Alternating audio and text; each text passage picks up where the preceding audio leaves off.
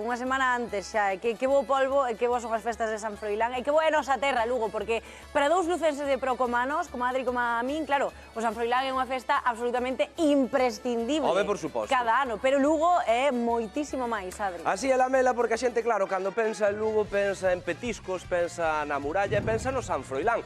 Pero como a ti máis eu sabemos, Lugo é moito máis. Por iso, hoxe da man de Guido, que probablemente sexa un dos guías que máis saben de Lugo do planeta, imos descubrir 3 recunchos, 3 curiosidades que van sorprender mesmos que son de Lugo de toda a vida, e se non, vexan. Ai, pois Guido, encántame esta muralla, a muralla de Lugo, que debe ser un dos sitios máis fermosos que coñezo, Sí, para min é un símbolo xa non de Lugo, sino de Galicia inteira. Pero de todos modos quero ensinarte hoxe sitios distintos tamén, Se eu fago Lugo menos coñecido, unha das partes do meu proxecto, creo que che vou sorprender. Pois veña, vamos alá, vamos. Ai, que parali, espera, vamos.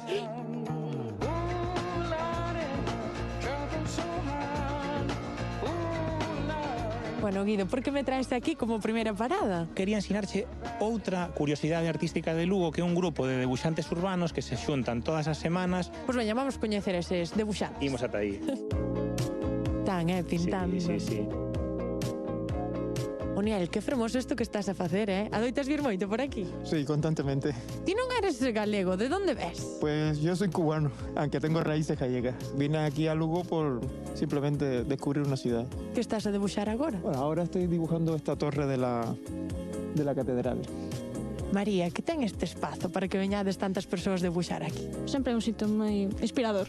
Fátima, que ten Lugo de especial para que tantas persoas vos reunades aquí a pintar? É un rato que compartes con xente que ten a mesma afición. Que che aporta a ti estar aquí neste lugar tan especial e rodeada destas persoas maravillosas mentres debuxas? Mira, poder compartir o meu hobby, o meu máis querido hobby con xente que lle guste. Disfrutar de algo que sempre foi solitario, convertilo en algo compartido, comunitario. Agustina leva un par de semaniñas aquí. Que che parece Lugo?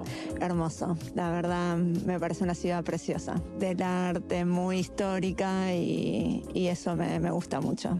Bueno, chicos, veña, agora un selfie todos, Poñedevos aí.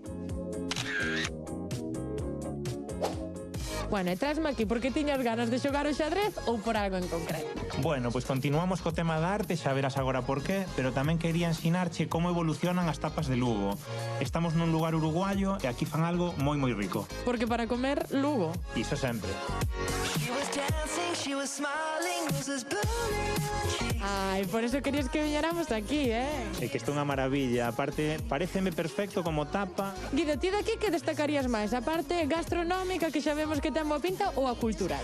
Empate técnico, son dúas cousas importantes para Lugo e para o mundo, no? A arte e a gastronomía. E non podía faltar o selfie daqui. Vamos a darlle. E xa para rematar, porque me traes aquí como destino final? Bueno, Ale, pois para min é imprescindible ver o Miño en Lugo. Non se entende Lugo sen o Miño.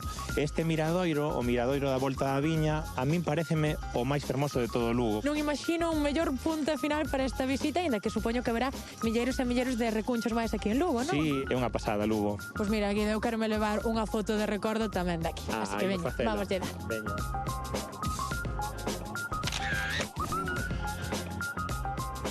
Viva Lugo! Claro que sí, un bigazo para a miña terra. Este fin de semana, Brión encheuse de vida, encheuse de xente, Carromaría de Santa Miña, unha das máis multitudinarias de